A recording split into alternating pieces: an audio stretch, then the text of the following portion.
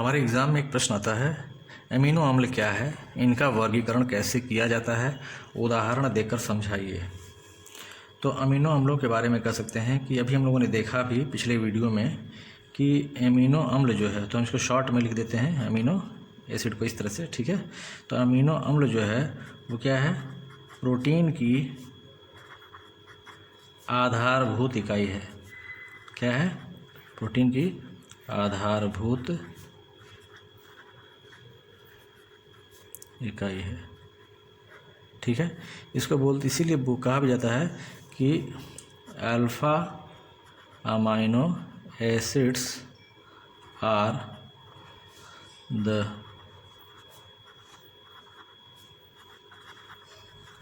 Building blocks of proteins. Alpha amino acids are the building blocks of protein, यानी कि protein की जो है आधारभूत इकाई है अमाइनो एसिड, ठीक है। तो अब बात आती है कि इसको अमाइनो एसिड कहते क्यों हैं। तो जाहिर सी बात है, क्या है, इनमें एमिनो का मतलब क्या है, NH2 तथा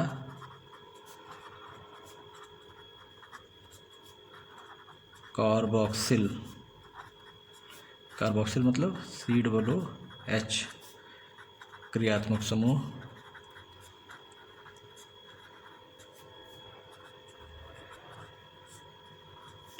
उपस्थित होते हैं,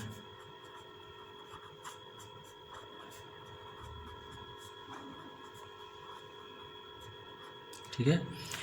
तो क्या कहा जा सकता है कि अगर पूछा गया कि अमीनो एसिड क्या है, तो बताएंगे कि अमीनो एसिड जो है क्या है, प्रोटीन की आधारभूत इकाई है और इनमें अमीनो तथा कार्बोक्सिलिक क्रियात्मक समूह उपस्थित होते हैं। तो आप कह सकते हैं एक एग्जाम्पल के माध्यम से COOH और क्या है NH2, ठीक है। और यहाँ पर क्या हो सकता है, ये R ग्रुप जोड़ देते हैं। तो डिफरेंट यहाँ पर सब्स्टिट्यूएंट हो सकते हैं और इन्हीं सब्स्टिट्यूएंट के बेस पे अमीनो एसिड्स जो है डिफरेंट टाइप के होते हैं, ठीक है। तो एक तो ये हो जाता है। फिर बात आती है क्या, कि इनका वर्गीकरण कैसे किया जाता है, ठीक है। तो बात आती है फिर अमीनो अम्लों के, यानी कि हम शॉर्ट में लिख देते हैं यहाँ पर अमीनो एसिड्स का वर्गीकरण। आप अमीनो एसिड को एग्ज़ाम में पूरा लिखिएगा, ठीक है। तो अमीनो एसिड्स का वर्गीकरण यहाँ पर आता है। तो अमीनो अम्लों को उनमें क्या है, उनके अणुओं में क्या है, दो क्रियात्मक समूह हो सकते हैं, एक होता है NH2 और एक होता है COOH। तो दो तरह के क्रियात्मक समूह अमीनो एसिड्स में पाए जाते हैं। तो इसी के बेस पे अमीनो एसिड को 3 भाग में इसको वर्गीकृत किया जा सकता है, ठीक है। क्या क्या हो सकता है, अम्लीय अमीनो एसिड, ठीक है, एसिडिक। दूसरा क्या हो सकता है, क्षारीय, क्या हो सकता है, क्षारीय अमीनो एसिड, ठीक। और तीसरा हो सकता है उदासीन, ठीक है। इनके बारे में आप सुन करके लिख लीजिए जो बताया जाएगा, और साथ में सभी का एक एक एग्जाम्पल याद कर लीजिएगा। सभी के लिए क्या करेंगे, एक एक एग्जाम्पल याद करेंगे, ठीक है। तो अमीनो एसिड का वर्गीकरण में क्या बताएंगे कि अमीनो अम्लों को, यानी है ना, अमीनो अम्लों को उनके अणुओं में उपस्थित NH2 और COOH क्रियात्मक समूहों की अपेक्षित संख्या के आधार पर अम्लीय, क्षारीय तथा उदासीन वर्गों में वर्गीकृत किया गया है, ठीक। बात सुना गई। तो अगर हमने कहा कि अम्लीय, उदासीन और क्षारीय ये अमीनो अम्ल क्या हैं, तो जैसे अभी हमने एक एग्जाम्पल अगर हमने यहाँ पर देखा है, ठीक है। तो इस एग्जाम्पल में हम क्या कर सकते हैं कि अगर मान लीजिए हम यहाँ पे R की जगह पर H ले लें, तो ये फार्मूला क्या हो जाएगा, H2NCH2COOH। तो एक ऐसा अमीनो एसिड जिसमें क्या हो रहा है, यहाँ पर आप देखें अगर, तो NH2 ग्रुप और COOH ग्रुप दोनों की संख्या क्या है, बराबर है। तो ऐसे अमीनो अम्ल जिनमें अमीनो तथा COOH क्रियात्मक समूहों की संख्या क्या हो, समान होती है, उनको हम क्या बोलते हैं, उनको बोलते हैं उदासीन अमीनो अम्ल। जैसे कि एग्जांपल हो जाएगा इसका ग्लाइसिन, GLYCINE, ग्लाइसिन का इसका एग्जांपल हो गया, ठीक है। तो एग्जांपल याद कर लेंगे, उदासीन का एग्जांपल क्या हो गया, ग्लाइसिन हो गया, ठीक है। अब फिर बात आती है कि अम्लीय और क्षारीय। तो अगर मान लें एक ऐसा अमाइनो एसिड हो जिसमें COOH ग्रुप की संख्या NH2 ग्रुप की संख्या से क्या हो, ज़्यादा हो, यानी कि नंबर ऑफ NH2 ग्रुप जो है वो क्या हो, कम हो, और COOH ग्रुप की संख्या क्या हो, ज़्यादा हो, तो क्या हो जाएगा, एसिडिक हो गया। ठीक। और इसी का उल्टा अगर हो जाए कि NH2 ग्रुप की संख्या अगर ज़्यादा हो जाए किससे, COOH ग्रुप की संख्या से, तो कहेंगे वो क्षारीय हो गया, और दोनों बराबर हो गया तो उदासीन हो गया। अब जैसे मान लो अम्लीय का उदाहरण लेते हैं। ठीक है, अम्लीय में क्या कहेंगे कि ऐसे अमाइनो एसिड्स जिनमें क्या हो, COOH क्रियात्मक समूहों की संख्या NH2 क्रियात्मक समूह की संख्या से अधिक होती है। अब जैसे मान लो एग्जाम्पल के तौर पे अगर हम देखें तो इसी को हम ऐसे कर लेते हैं, अम्लीय के लिए इसी फार्मूले को हम लिखते हैं जैसे H2N, आसान हो जाएगा हमारे लिए याद करना, CH और COOH, और यहाँ पर हमने क्या किया, R ग्रुप यहाँ पर एक जोड़ा है ना। अब इस R को हम याद कर लेते हैं। ठीक है, यहाँ पर अगर CH2 और COOH हो जाए तो ये क्या हो जाएगा, एक ऐसा अमाइनो एसिड हो गया जिसके एक ही मॉलिक्यूल में COOH ग्रुप की संख्या NH2 ग्रुप की संख्या से अधिक हो गई। ठीक है, तो ये एक ऐसा अमीनो अम्ल हो गया, अम्लीय प्रकृति का हो गया। ठीक है, इसका नाम हो जाएगा एस्पार्टिक एसिड बोल देते हैं, ASPARTIC, एस्पार्टिक एसिड। याद करने की कोशिश कीजिए और नाम को इंग्लिश में लिखने की कोशिश कीजिए, और इंग्लिश में नहीं लिख पाएंगे तो हिंदी में लिखिए। ठीक है, एस्पार्टिक अम्ल इसको लिख दीजिएगा। बात समझ आ रही है। एस्पार्टिक एसिड और ग्लाइसिन की बात हो गई। फिर बात आती है क्षारीय के लिए।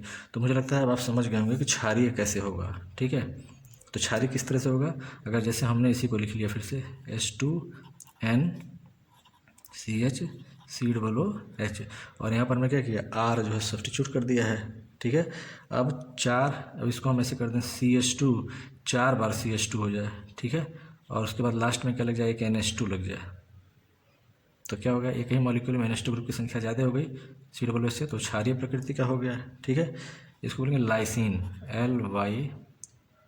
LYCINE, लाइसिन है ये, क्या है, लाइसिन कहेंगे इसको। क्लियर हो रहा। तो हमारे पास एग्जांपल्स हो गए, 3 एग्जांपल एटलीस्ट याद रखेंगे। ग्लाइसिन सबसे आसान हो गया, और इस ग्लाइसिन में क्या चेंजिंग कर देंगे कि एस्पार्टिक एसिड हो जाए, यहाँ पे R ग्रुप की जगह पे CH2 COOH जोड़ना है। और क्षारीय लाइसिन का एग्जांपल क्षारीय के लिए, तो लाइसिन में क्या करेंगे, क्यों लाइसिन में क्या करेंगे, खुद से ध्यान दीजिए या देख के नहीं, बिना देखे बताएं। लाइसिन में क्या हो जाएगा, इस R की जगह पे CH2 4 बार लिख देंगे।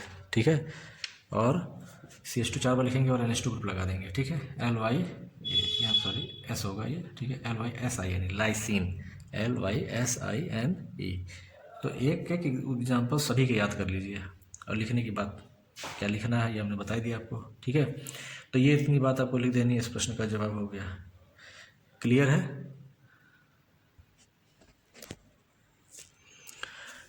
अमाइनो एसिड से जुड़ा हुआ एक टॉपिक ये भी है कि ज्यूटर आयन और आइसो इलेक्ट्रिक पॉइंट, ये 2 क्वेश्चंस हैं जो एग्ज़ाम्स में बहुत ज़्यादा आते हैं, बहुत ज़्यादा पूछे जाते हैं। ज्यूटर आयन क्या होते हैं, आइसो इलेक्ट्रिक पॉइंट क्या होता है। ठीक है, तो हम देखते हैं ज़रा कि अमाइनो एसिड में एक क्या होता है, अम्लीय प्रकृति का COOH समूह होता है। क्या होता है, COOH समूह होता है।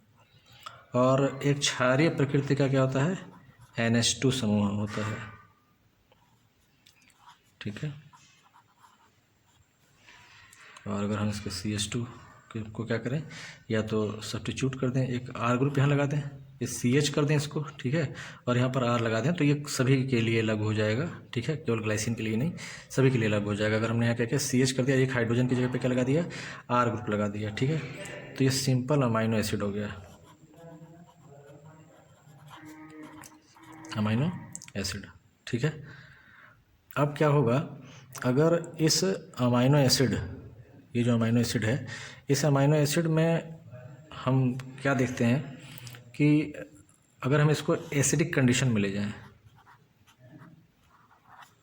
अमाइनो एसिड को अगर हम एसिडिक कंडीशन में ले जाएं, H+ कंडीशन में ले जाएं, तो जो इसका NH2 ग्रुप है वो उसके पास लोन पेयर इलेक्ट्रॉन है, तो क्या करेगा, with the help of lone pair electron वो इस प्रोटॉन को ले लेगा। ठीक है, कब, in acidic condition. Acidic condition मतलब एट pH क्या हो, लेस देन 7 हो, यानी pH लेस देन 7 होगा, यानी एसिडिक कंडीशन में अगर हम इसको लेके जाएंगे तो क्या होगा, ये जो है H2N प्लस H3N में कन्वर्ट हो जाएगा, क्या हो जाएगा, H3N प्लस हो जाएगा। ये with the help of nitrogen जब इसने H प्लस को ले लिया तो ये NH3 में कन्वर्ट हो जाएगा, और नाइट्रोजन ने लोन पे इलेक्ट्रॉन देकर इसको लिया तो इस पर पॉजिटिव चार्ज भी आ जाएगा, और ये हो जाएगा CH COOH और R। ठीक है, ये कंडीशन हो जाएगी, यानी एसिडिक कंडीशन में ये एज ए केटायन बिहेव करेगा। बस में रहिए, एसिडिक कंडीशन में अमाइनो एसिड जो होता है वह केटायन की तरह से, केटायन यानी कि धनायन की तरह से व्यवहार करता है। ठीक है, और अगर हम इसको एक इलेक्ट्रिक फील्ड में लेते जाएं, इलेक्ट्रिक फील्ड जिसमें एनोड और कैथोड लगा होता है, और हमें पता है एनोड पे प्लस चार्ज होता है, कैथोड पे माइनस चार्ज होता है, तो ये किधर की तरफ भागना शुरू कर देगा। बस सुना रही है, यानी अमाइनो एसिड को अगर हमने एसिडिक कंडीशन में रखा, लेस देन pH जो है लेस देन 7 रहा, तो हमने क्या देखा कि अमाइनो एसिड जो है वो केटायन की तरह बिहेव करेगा। और अगर हमने इस एसिडिक कंडीशन में अमाइनो एसिड पर अगर हमने एसिडिक कंडीशन में इलेक्ट्रिक फील्ड अगर अप्लाई किया, तो इलेक्ट्रिक फील्ड में कैथोड और एनोड इलेक्ट्रोड्स होते हैं, तो ये किस इलेक्ट्रोड की तरफ जाना शुरू कर देगा, धनायन है तो अपने से विपरीत आवेश वाले इलेक्ट्रोड की तरफ जाएगा, यानी किस पर जाएगा, कैथोड पर जाएगा। कैथोड कैसा होता है, ऋणावेशित इलेक्ट्रोड है, तो ये इस इलेक्ट्रोड की तरफ मूव करना शुरू कर देगा। बस में आ रही है। और इसी का उलट अगर हमने क्या किया, अमाइनो एसिड को क्षारीय विलयन में रखा, तो क्षारीय विलयन का मतलब कि pH क्या हो, ग्रेटर देन 7 हो, 7 से अधिक pH होगा तो विलयन क्षारीय हो जाएगा। ठीक है, तो विलयन जब क्षारीय हो जाएगा तो क्या होगा, यह H आयन का त्याग कर देगा, H आयन का त्याग करेगा, और यह H आयन इस OH आयन से मिलकर क्या बना लेगा, H2O बना लेगा, और ये जो हमारा अमाइनो एसिड है वो किस तरह से एग्जिस्ट करना शुरू कर देगा, ये हो जाएगा H2N, और यहाँ पर CHR, और यहाँ पर हो जाएगा COO-, यानी कि अब ये ऋणायन की तरह से व्यवहार करना शुरू कर देगा।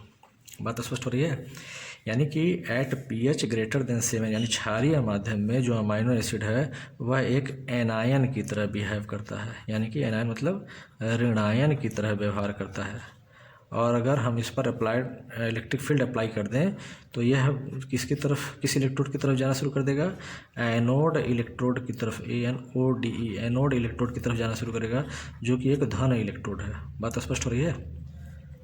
और अगर हम pH 7 रखें, अगर हम क्या करें, pH जो है इज इक्वल टू 7 रखें, यानी कि pH 7 मतलब न्यूट्रल सोल्यूशन अगर हमारा हो, तो न्यूट्रल सोल्यूशन होगा तो यहीं से एक H निकल करके इसके पास चला जाएगा, यानी कि ये आंतरिक ही घटना शुरू हो जाएगी, इस अमाइनो एसिड के भीतर ही घटना शुरू हो जाएगी। अब ये NH2 ग्रुप जो कि लोन पर इलेक्ट्रॉन देके प्रोटॉन लेने वाला है, यहीं से निकलने वाले प्रोटॉन को ले लेगा, तो ये क्या बन जाएगा, CHR, और यहाँ पे क्या हो जाएगा CO-, और यहाँ पर क्या हो जाएगा NH3+। बात स्पष्ट हो रही है, यानी एक ऐसा अमाइनो एसिड जो किस रूप में आ गया, डाइपोल के रूप में आ गया, यानी कि एक द्विध्रुव आयन की संरचना हो गई, क्या हो गया, द्विध्रुव बन गया। तो डाइपोल क्या चीज़ होता है, डाइपोल का मतलब ऐसा ही होता है कि कोई भी ऐसा सब्सटेंस जिसके एक सिरे पर धन आवेश हो, दूसरे सिरे पर ऋण आवेश हो, उसी को क्या बोलते हैं, द्विध्रुव कहते हैं। ठीक है, तो इस प्रकार जो अमाइनो एसिड बनेगा उसी को क्या बोलेंगे, ज्यूटर। तो एक बार से इसको फिर से सुन लीजिए कि अगर हमारे एग्जाम में ज्यूटर आयन पर टिप्पणी लिखने के लिए आता है, या यह पूछता है कि अमीनो अम्लों की प्रकृति उभयधर्मी होती है।